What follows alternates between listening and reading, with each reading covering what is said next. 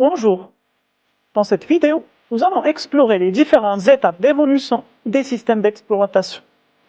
Notre vie quotidienne, on est devenu indépendant. Les systèmes d'exploitation sont indispensables pour le fonctionnement de nos ordinateurs, nos portables, bref, les appareils et les infrastructures que nous utilisons tous les jours. Cependant, comme tout le reste, ils n'ont pas toujours été là. Les systèmes d'exploitation ont eu une origine et une histoire qui, comme ils ne pouvaient pas en être autrement, sont étroitement liés au développement de l'informatique même. Cette capsule, nous verrons très brièvement comment les premiers systèmes d'exploitation ont été et comment ils se sont développés au fil du temps. On peut très schématiquement distinguer trois phases dans l'histoire des débuts des systèmes d'exploitation. Les premiers ordinateurs étaient des instruments d'expérimentation pour les chercheurs. La question de l'efficacité ne se posait guère, et les utilisateurs devaient apprendre à mettre au point leur programme au contact direct de la machine. C'est pour cela que nous appelons cette phase la phase de préhistoire, car l'accès à un ordinateur se faisait en accès direct sans présence d'un système d'exploitation. Les premiers ordinateurs n'avaient pas proprement parlé de système d'exploitation. Cette situation dura de 1949 avec les premières machines à programme enregistrées jusqu'en 1956. Les premières machines à calculer étaient construites à l'aide des tubes à vide. Tubes électroniques, c'est une espèce de grosse lampe.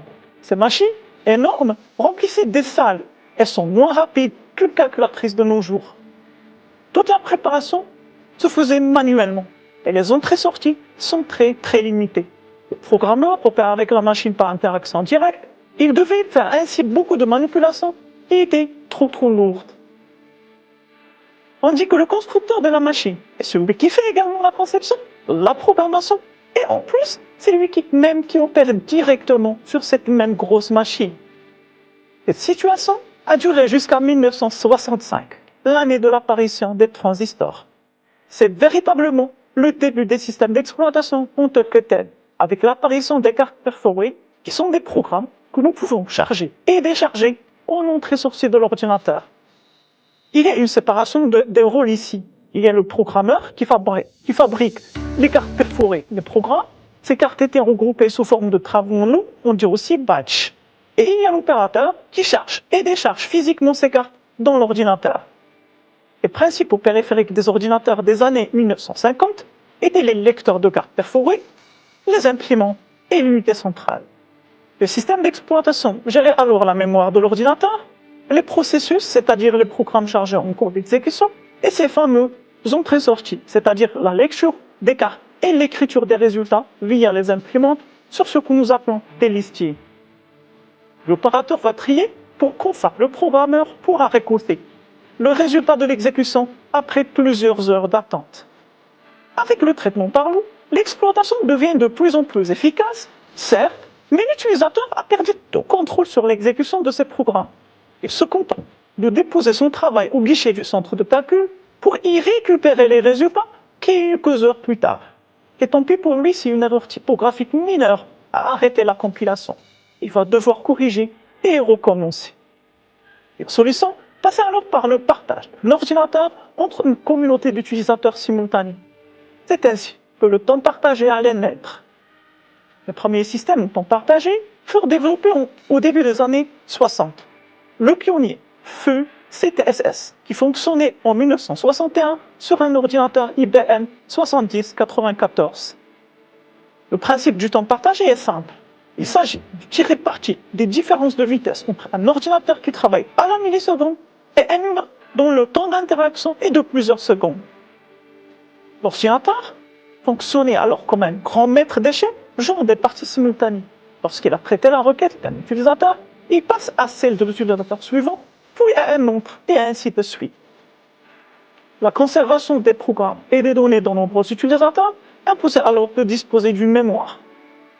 Et des terminaux redonnaient à l'utilisateur le pouvoir de déclencher des travaux par la frappe de la commande et de recevoir les résultats de l'exécution de ces travaux. Le principal apport de CTSS fut de montrer que l'idée du temps partagé était réalisable. Et depuis, un grand développement de systèmes d'exploitation a marqué l'histoire. Mais les phénomènes marquants dans les années 70 est la large diffusion des ordinateurs personnels à la suite de la réalisation des premiers microprocesseurs. qui est un processeur miniaturisé qui tient dans un seul circuit intégré. Il gère l'exécution des instructions de l'ordinateur. À sa création en 1970, le processeur était capable d'effectuer quelques dizaines de milliers d'instructions par seconde. Aujourd'hui, il en traite plus de 10 milliards par seconde. C'est ainsi qu'à partir de 1977, les ordinateurs tout montés devinrent prédominants. En 1981, la société IBM, consciente de l'importance croissante de l'informatique individuelle, mettait sur le marché l'ordinateur PC, Personal Computer. IBM s'est mis à la recherche d'un système d'exploitation alors qui pourrait effectivement fournir à IBM pour le lancement de l'IBM PC. C'est ainsi que IBM fait appel à la société Microsoft, récemment créée par Bill Gates pour la LAN, qui ont créé en 1979 le système MS-DOS. Il s'agit d'un système fonctionnant en mode réel, monotâche et mono-utilisateur. Et il est équipé par défaut d'une interface en ligne de commande, mais qui marqua le début de la fortune de Microsoft. Des années 1980 au début des années 1990, il a été le système le plus utilisé sur compatible PC, avant d'être progressivement remplacé par des systèmes d'exploitation plus évolués, notamment Windows. Consacrons dans ce sens la prochaine capsule pour faire un retour sur la version et l'effet marquant de cette épopée numérique importante des systèmes d'exploitation et l'évolution des OS Windows. Les utilisateurs et humains que nous sommes ont tendance à vite oublier à quel point nos systèmes d'exploitation ont su évoluer pour s'adapter au plus grand nombre. Autrefois réservé à quelques professionnels et passionnés, l'outil informatique est désormais omniprésent et obligatoire. Sur ce, c'est la fin de cette capsule et au plaisir de vous rencontrer à une autre vidéo.